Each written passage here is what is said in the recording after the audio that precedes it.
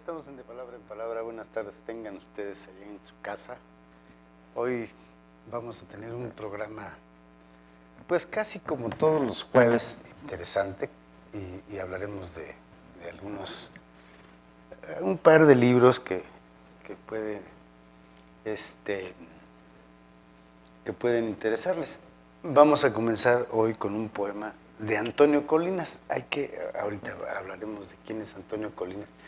Es un poeta español que nació, si en sus datos dice, en León, España. Parece que vive en Salamanca. Pasa los veranos en Ibiza, él le oí decir alguna vez. Pero bueno, yo lo conocí por un poema sobre Ezra Pound, un poema maravilloso sobre Ezra Pound, y después fui conociéndolo. Yo escribí sobre él, sobre uno de sus libros que se llama Tratado de Armonía.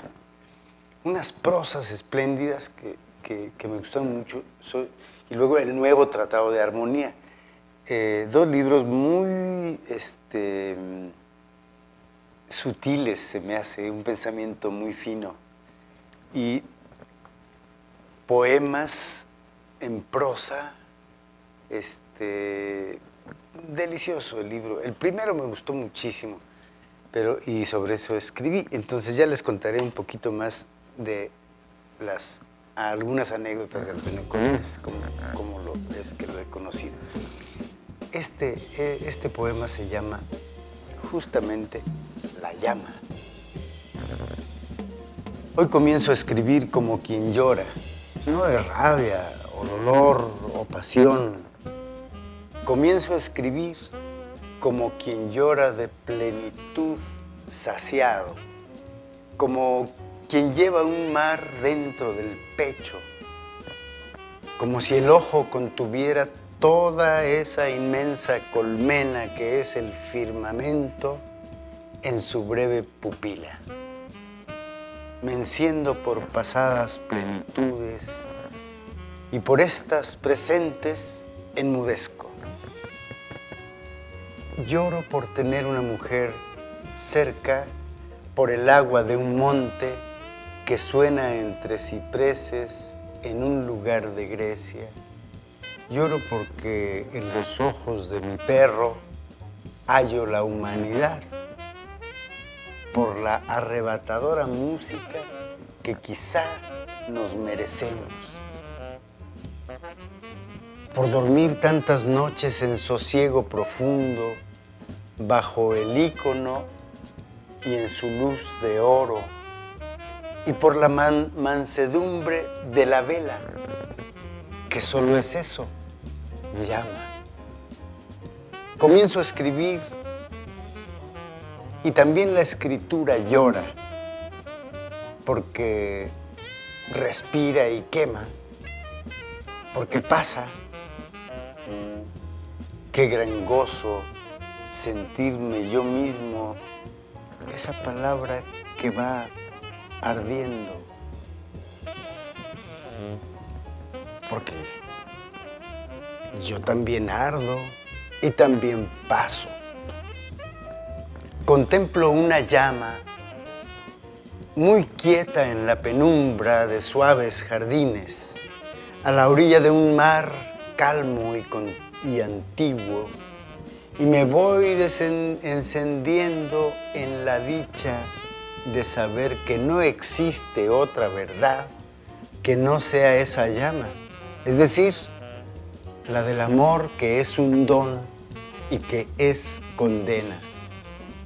Son llamas las palabras y son llamas los ojos que lloran sin llorar por el ser que fui, aquel fuego cansado que temblaba junto a otros jardines de otro mar,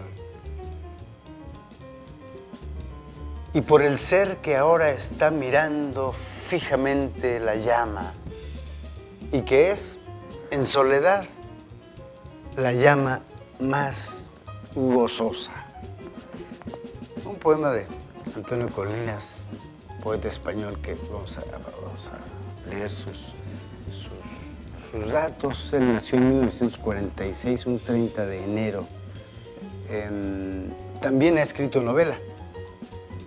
Ha destacado como novelista, poeta y un magnífico ensayista. Yo leo mucho su poesía. No conozco su novela, pero su poesía la conozco muy bien. Es más, tengo la poesía reunida que publicó el Fondo de Cultura Económica aquí en México en coedición con Siruela. Y bueno, ha ganado pues premios, ¿no? Como muchos poetas los han ganado. Sus primeras publicaciones ya datan de hace más de, bueno, aquí dice 30 años, 29, 30 años.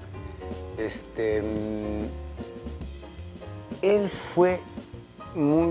tuvo una relación muy cercana con Vicente Alexandre, el poeta, y especialmente, bueno, sus pasiones.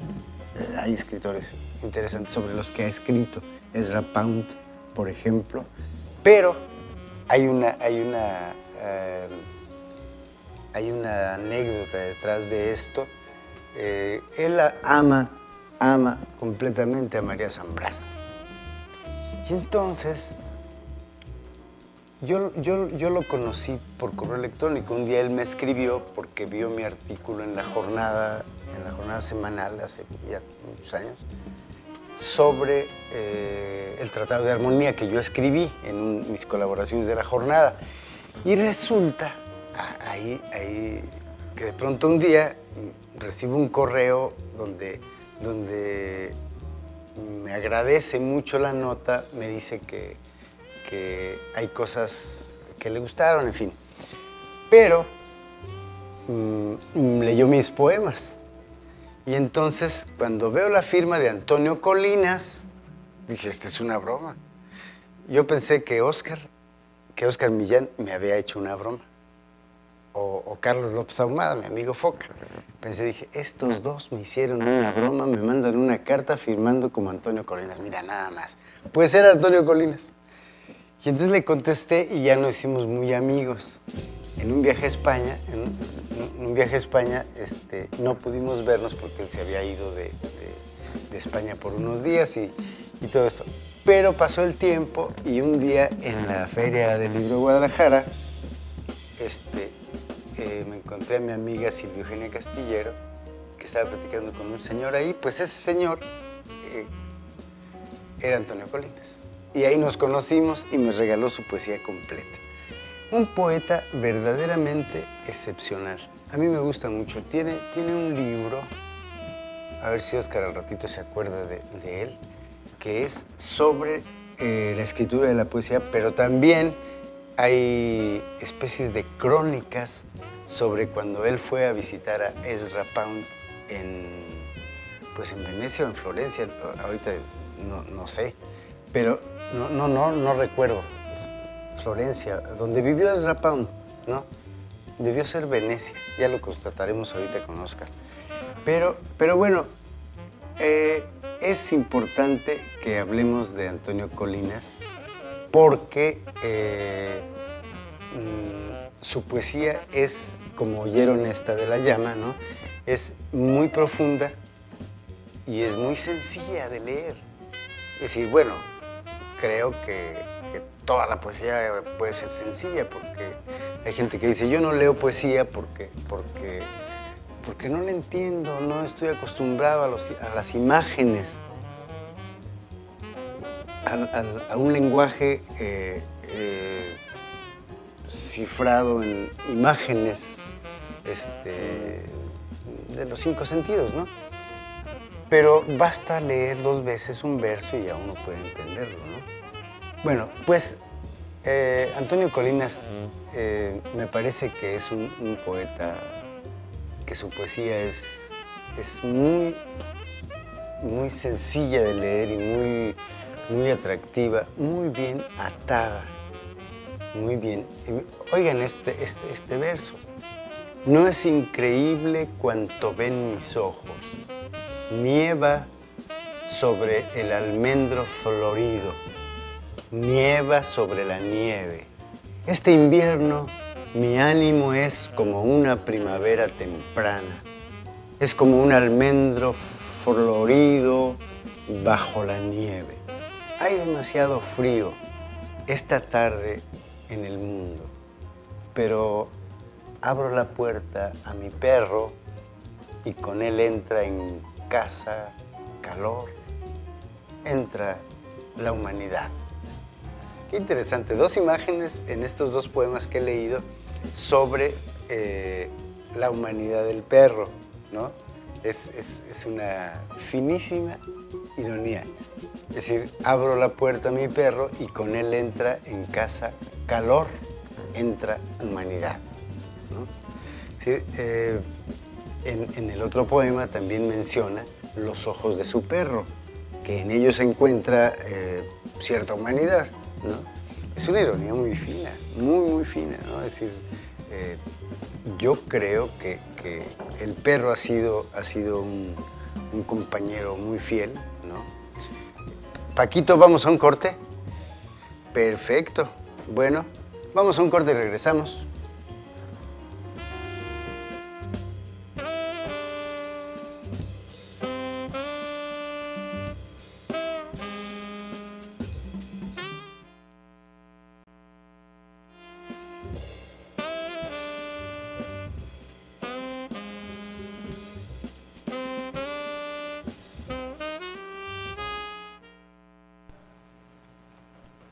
Ya estamos de regreso. Muy bien. Estaba tratando, y creo que es Venecia donde vivió. Óscar, bienvenido. Hola, buenas tardes. Creo que fue en Venecia donde vivió Ezra Pound. Y hay una foto muy bonita de Ezra Pound caminando, una foto tomada de espaldas, y Ezra Pound voltea a ver la cámara mientras camina, que es una foto que tomó Antonio Colinas. Y habla de cómo lo recibe, cómo era Ezra Pound. Me parece que hace un retrato muy bonito de Ezra Pound. Recordemos que hay un poema, no sé dónde estará, pero hay un poema dedicado a Ezra Pound, al fondo, habla de la calle con flores y todo eso, ¿no? Es un gran poeta, Antonio Colinas, sin duda, ¿no? Bueno, fíjate que estoy leyendo, bueno, este libro no se puede acabar de leer, creo que nunca, porque puedes regresar a él cuantas veces quieras. Yo soy muy cuidadoso. Hay gente que dice, yo no subrayo mis libros, pues yo sí. Pero subrayar es muy bonito porque en las relecturas te preguntas, ¿por qué subrayé lo que subrayé? Es decir, en la segunda lectura que hice siempre lo leo, estos son los apuntes de Elias Canetti, como una especie de diario, como aforismos, algunos en tercera persona muy buenos, escritos de 1973 a 1984. Pero además hay que recordar que él dejó a su muerte, dejó libros inéditos. Londres bajo las bombas es uno que salió en el 2000, principios de los 2000, y dejó dicho que tal año se publicara. Entonces este se publicó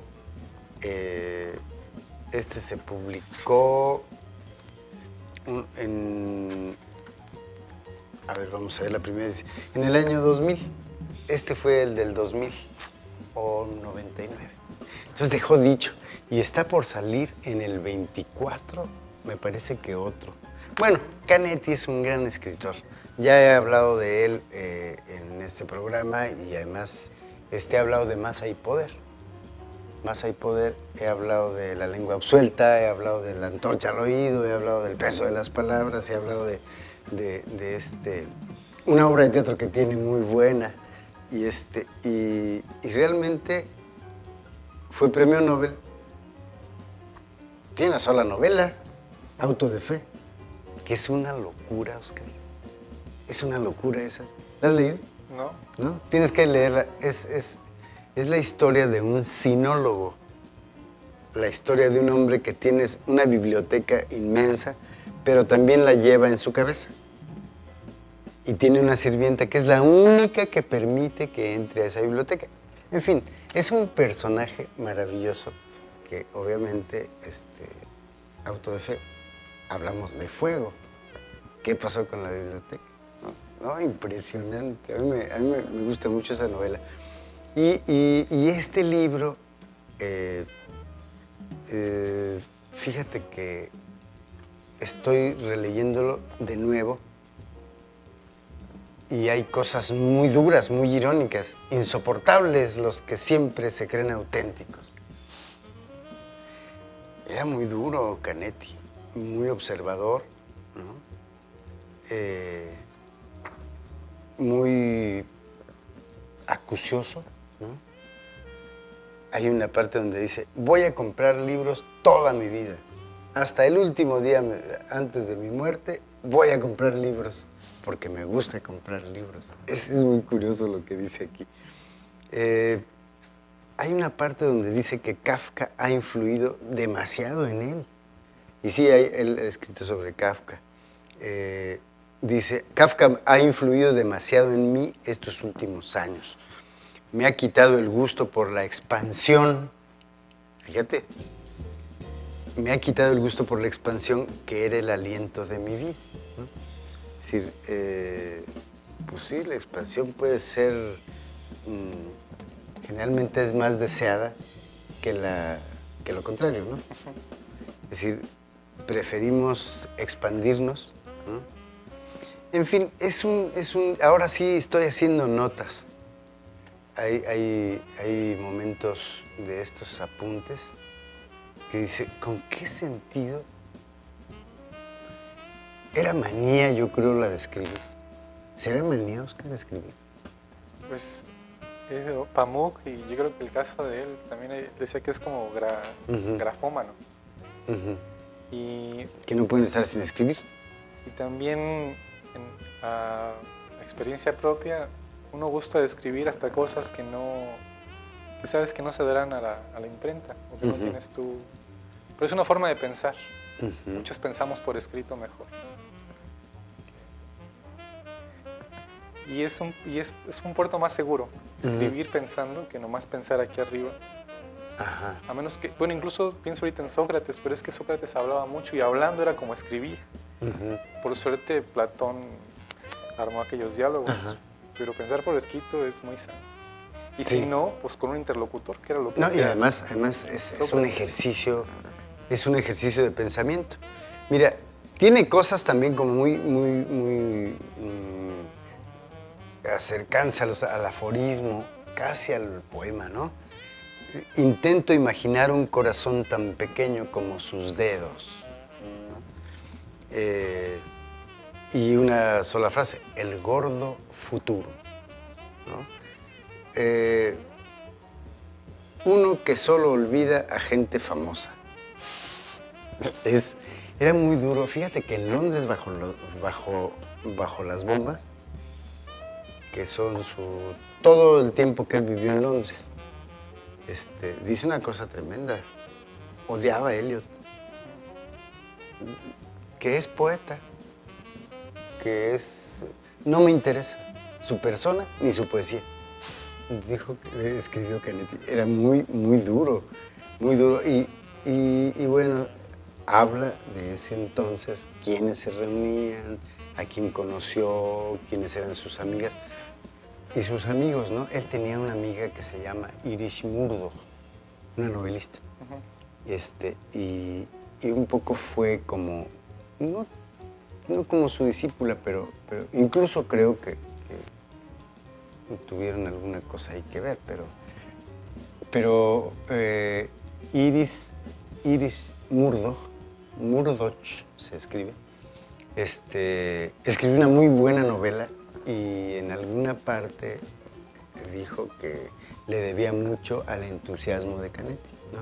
Al entusiasmo que le inyectaba para escribir, ¿no? A Iris Murdoch, una irlandesa. Nacía en Dublín, me parece. Entonces, bueno, un gran libro este. Y podemos ir encontrando joyas, fíjate. Como propina, su carácter. Qué cosa. Su odio a sí mismo, que solo surge en público. Es necesario, de vez en cuando, soportar la vida sin misión. ¿Sí? Está interesante, ¿no? Sí.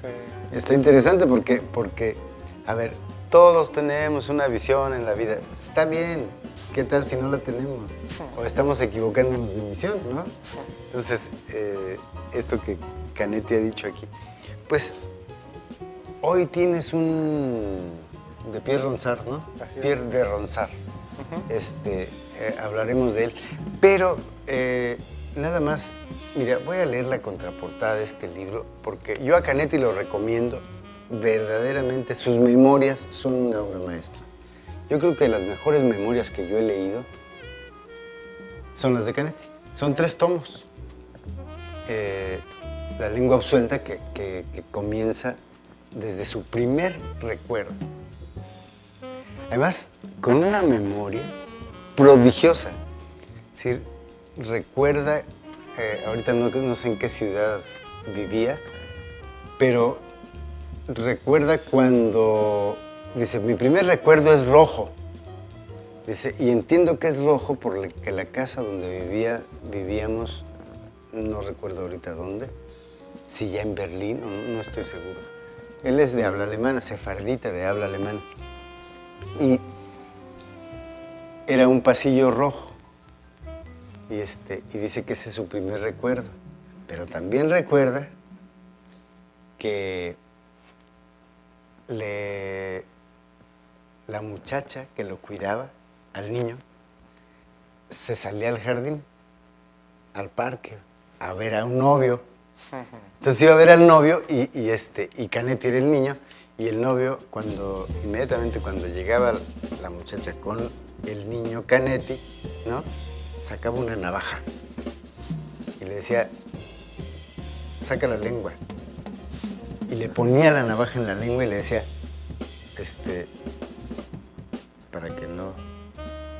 para que guarde silencio, ¿no? Y entonces dice, y bueno, finalmente nunca me la cortó, me absolvió la lengua. Y el primer tomo se llama La lengua absuelta, ¿no? Qué belleza, además de esto. Hablamos de Pierre de Ronsard regresando de un corte, ¿no? Mientras tomamos cafecito que está... ahorita voy a decirles de un evento que va a haber mañana. Regresamos.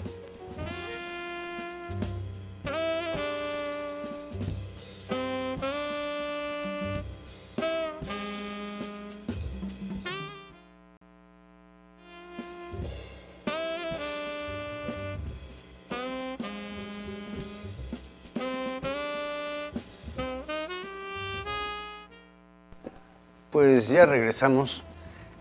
Como prometí, deja leer la contraportada de este libro, Los apuntes de Elias Canetti, de 1973 a 1984. Dice, un modo de respirar. Con esta frase aludió Elias Canetti a sus numerosos cuadernos de apuntes, ¿no? Emparentado sin duda con las obras aforísticas de Lichtenberg y de Kafka. Los aforismos de Seurat de Kafka son hermosísimos, también hay que leerlos. Durante más de 50 años, Canetti fue desgranando sus opiniones y juntando una serie a la que cabe aplicar perfectamente el epíteto de moralista. En la vieja tradición de Pascal o la Rochefoucauld, tanto por la voluntad del estilo, fíjate, como por el ejercicio de humildad que demuestra, ¿no? Era muy humilde, pero muy objetivo. Un estilo en el que lo que se omite es casi tan relevante como lo que se dice, dotados de un peculiar ingenio y de una profunda sabiduría yo le agregaría una enorme inteligencia, producto de una profunda observación. Estos apuntes, los últimos escritos publicados por el autor antes de su muerte, inéditos hasta hoy en español, decía aquí la editorial, son el resultado de un pensamiento que convierte la inteligencia en una virtud natural. Fíjate qué bien dicho. Es una virtud natural la inteligencia. Claro que sí. El diálogo con los clásicos es para Canetti no solo una forma de conversación, sino el camino para una indagación de la esencia de lo humano. Muy sabios. Llamémosles aforismos. Es muy disfrutable este libro. Y donde lo abras, ¿no? En el 76, hay que defenderse de todo lo que somos, pero de tal manera que no lo destruyamos. Está bueno, muy bueno. Pierre de Ronsard. Así es. A ver, platícanos. Pues es un poeta francés. Es de la generación conocida como la Pléyade, es el gran jefe, el mero mero. Y como Camões, como nuestro Garcilaso. Bueno, nuestro Garcilaso es Garcilaso el Inca de este lado. Sí, sí. Pero el Garcilaso, pues, de nuestra lengua. El primero fue Garcilaso de la Vega. Trataron de mamar el soneto petrarquista o de Dante, que era la forma que tenían de actualizar su lengua, su poesía. Además, al ser en el caso del Portugal con Camões y acá el español y el francés son lenguas pues, derivadas del latín y que bien pudieron acomodarse al aire del soneto. Él fue como tantos poetas de esta época de los reyes, un cortesano. Nació en un castillo, muy bien arropado. Y lo que hoy se salva de su poesía son estos poemas amatorios. Él fue clérigo, un poco por las circunstancias. Muy pronto perdió el oído, no escuchó. Y en este impedimento era un poco humillante, o muy humillante. Pero fue un clérigo muy enamorado de unos poemas ardientes. La verdad es que el deseo ahí está latente, es un deseo, pues todavía arden los poemas. Y en el siglo XIX pues, quedó sepultado a su muerte, ¿no? Y hay un crítico literario muy influyente en todo el siglo XX. ¿Quieres decir sepultado sin decir desapareció como poeta? Sí, 200 años, como hacen aquí. Estuvo más o menos en el olvido, pero en el cajón, porque pues hay su obra, es cuando esa celebridad era nada más historia, pero se volvió a leer en el siglo XIX, finales del siglo XIX, gracias a este crítico que fue muy influyente en toda esta literatura romántica de Francia, que es Sainte-Beuve, quien tuvo diatribas con Proust, estuvo diatribas con él. Por ejemplo, él ponderó a Las Flores del Mal de Baudelaire. Fue un gran elogio que muchos prosistas de esa época como Flaubert hubieran querido. Era un crítico muy juicioso y lo actualizó. Y para la gente de ese siglo, del romanticismo, de esta poesía apasionada, le sonó actual por el amor, por el candor, por este verso ardiente, donde estos versos, quizás los más famosos son los sonetos a Helena, de un Ronsard ya viejo. Ahí aparece de 50, no sé si en esa época los 50 era muy viejo. Sí. Y se enamoró pues de una muchachita núbil y unos versos que incluso Eduardo Lizaldo tradujo, que ahí por ahí está en la red, donde pues le pide que recapacite ahorita que están vivos, porque un día ella estará tejiendo frente a la leña y él estará bajo tierra. Que mientras corte las rosas. Son versos además muy tiernos esos. Muy tiernos, muy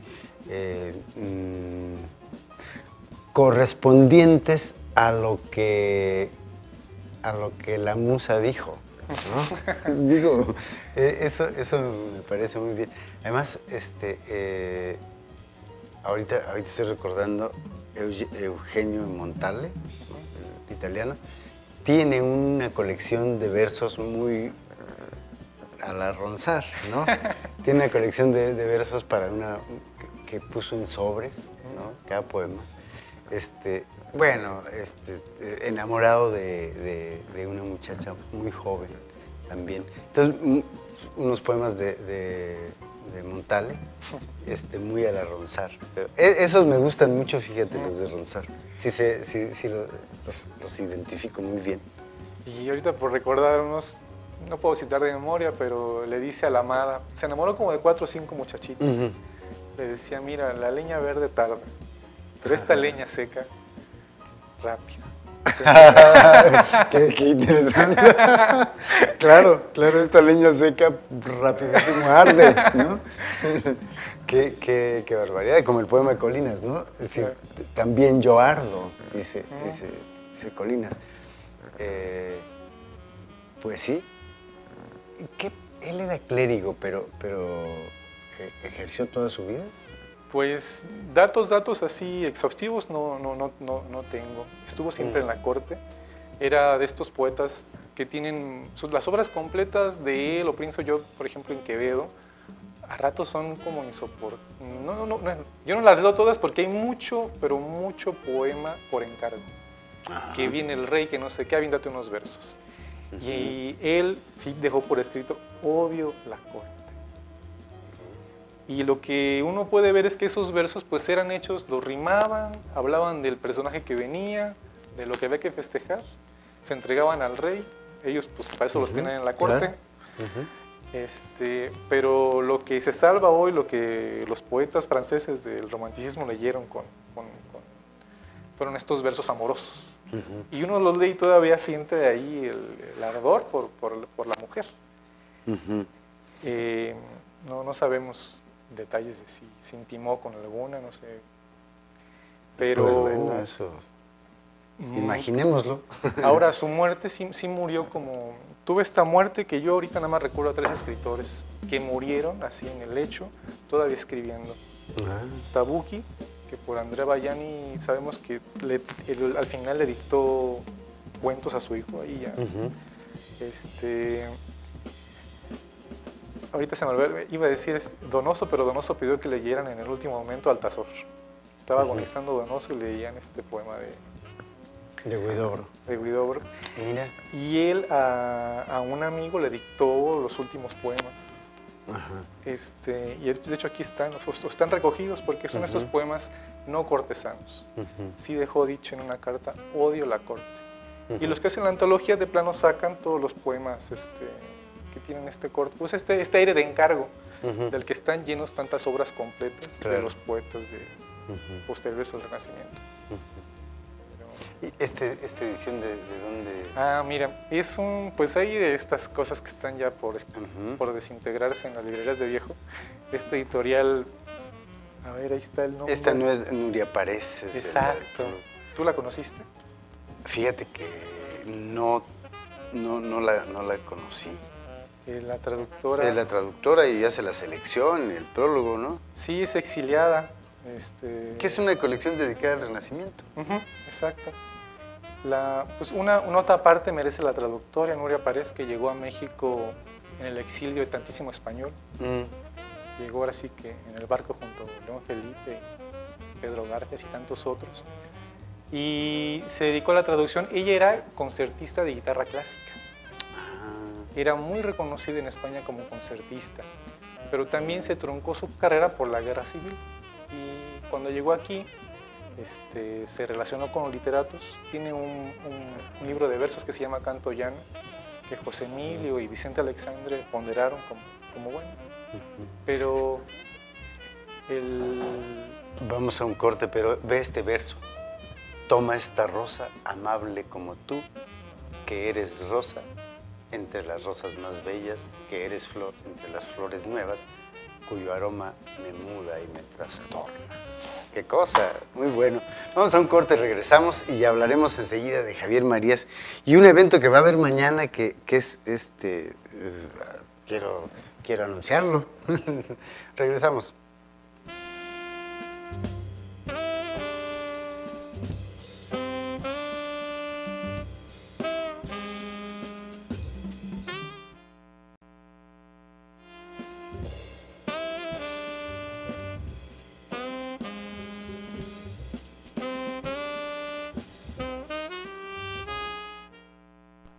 Ya regresamos.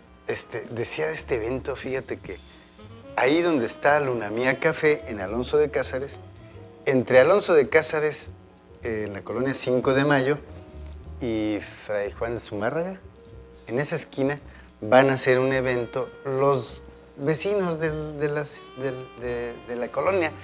Y entonces, bueno, digo el evento porque es de 4 a 10 de la noche.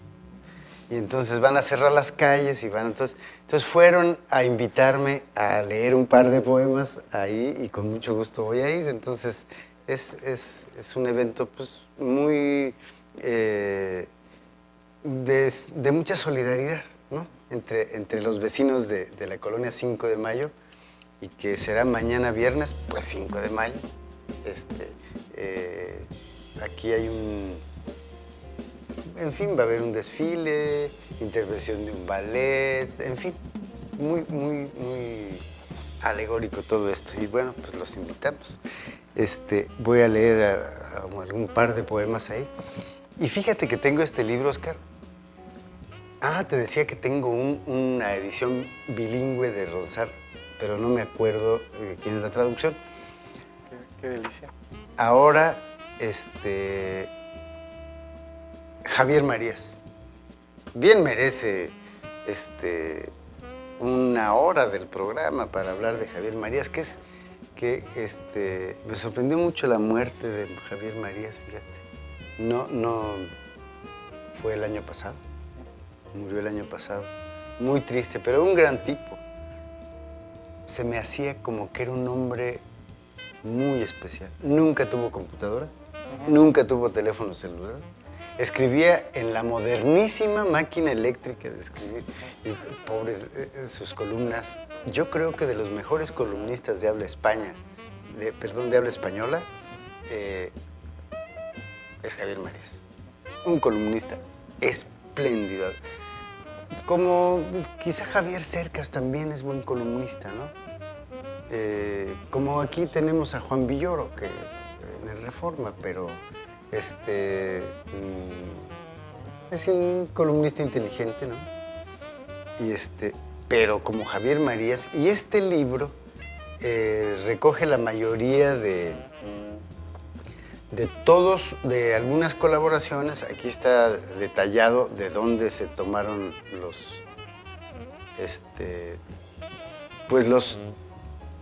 él mismo dice de dónde se tomaron los textos, pero son sobre asuntos literarios. Sí, porque de pronto escribía en su columna del País, escribía contra contra la ley de los fumadores, ¿no? Entonces, yo creo que Javier Marías influyó mucho para que sucediera lo que sucedió en España, que la gente a fuerzas fumó adentro de los bares.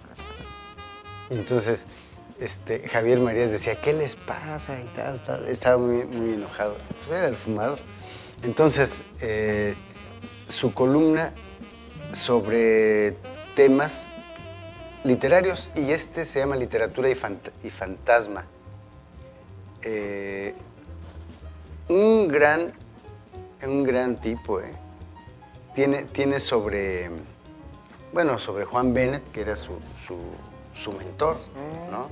Y lo admiraba muchísimo, ¿no? Y luego hay una parte donde dice cómo es que escribió La negra espalda del tiempo, una novela demencial, ¿eh? Una novela muy, muy buena, a mí me gustó muchísimo, que en inglés se llama La novela de Oxford. Y bueno, tiene unos artículos muy interesantes sobre cómo escribió la novela. Y la relación que tiene, en ese artículo dice la relación que él tiene con los personajes. ¿Cómo se relaciona con los personajes Javier Marías? Por ejemplo, dice, uno de los personajes de La Negra Espalda del Tiempo, que es un intelectual, está basado, más no igual, y no puede ser igual, a un maestro que él tuvo. Y entonces ahí confiesa hasta el nombre, y dice, pero es imposible traerlos tal cual son a la novela. Es decir, cómo los personajes llegan a la novela que se está escribiendo, ¿no? Y también habla del azar, de cómo el azar, o eso que llamamos azar, que es, decía Borges, por nuestra incapacidad de no entender, pero el azar es una cita pendiente, ¿no? Ya está armado todo, lo que pasa es que nosotros no sabemos. Y decimos que, pues por azar encontré a fulano o a fulana, ¿no? Y entonces el azar en la escritura de Javier Marías es muy interesante. Incluso, ¿te acuerdas de un libro que se llama Cuentos Únicos, donde vienen cuentos que por característica, dice María, yo ya no sé si creerle, porque es un juguetonazo? O sea, se inventó un escritor en un cuento que seguro es suyo, o no sé, pero se inventa el nombre de un escritor, se inventa el cuento que sucede en México. Y el escritor muere en México, cerca del Árbol de la Noche Triste, en un hospital que estaba cerca ahí. Y entonces, de los Huesos de Juárez, Sergio González le escribe y le dice, no es cierto, ahí jamás hubo un hospital, jamás hubo un escritor tal. Por ahí murió, encuentra el periódico, un inglés que no era escritor y que vivió por ahí. Entonces, ¿de dónde diablos Javier Marías saca esa invención de un escritor? En fin, hay una carta, nada más Marías le contesta una vez, pero así es su escritura. Es decir, parece que es él, pero no es él. Eso es lo interesante de este escritor. Mira, habla de Joyce, este libro. ¿Te acuerdas de Vidas Escritas? No. Es un libro de Javier Marías donde habla de escritores, no de su obra, de sus mañas, de sus manías, de sus neurosis, de sus vicios. Es muy bueno, muy bueno. Y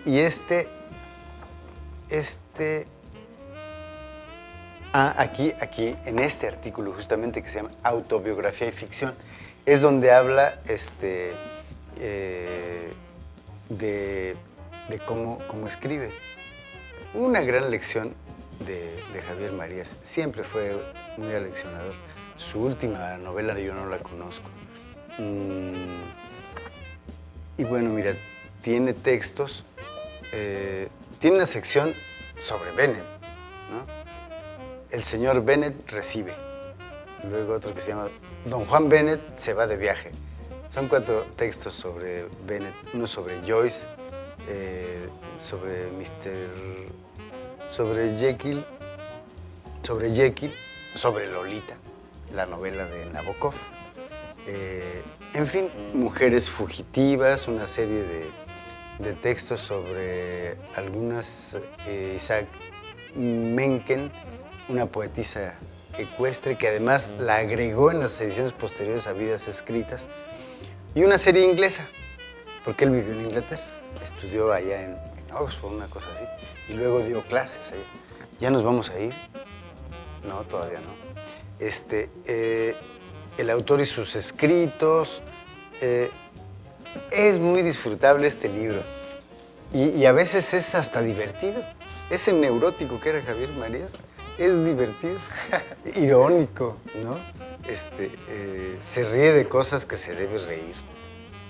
Ah, mira, y aquí está ese mismo texto de Vernon Lee, La Gata Montés,